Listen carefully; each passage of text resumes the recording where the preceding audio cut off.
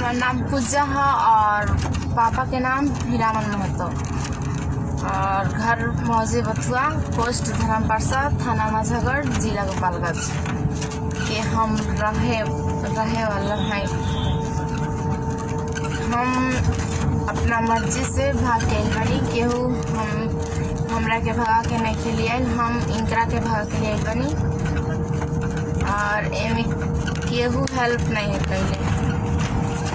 केहू के तो हमार मम्मी बोल ले बिया, वो सब गलत बा, झूठ बोल ले बिया।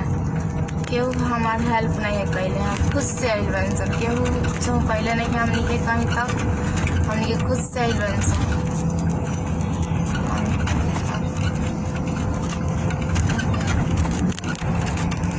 और हम अपन आधार कार्ड लाई बनी और किसी के जेरॉक्स और कुछ ऐसा ही कागज पत्र लेके चली आइल बनी बैग में। और पैसा लिया सब कुछ केहू नहीं खेल, वो हमारा पास रहा तो हम अपना से ले बनी। केहू अपना घर से कुछ नहीं लेके आई, बस आपन लेके आई जौन चीज है।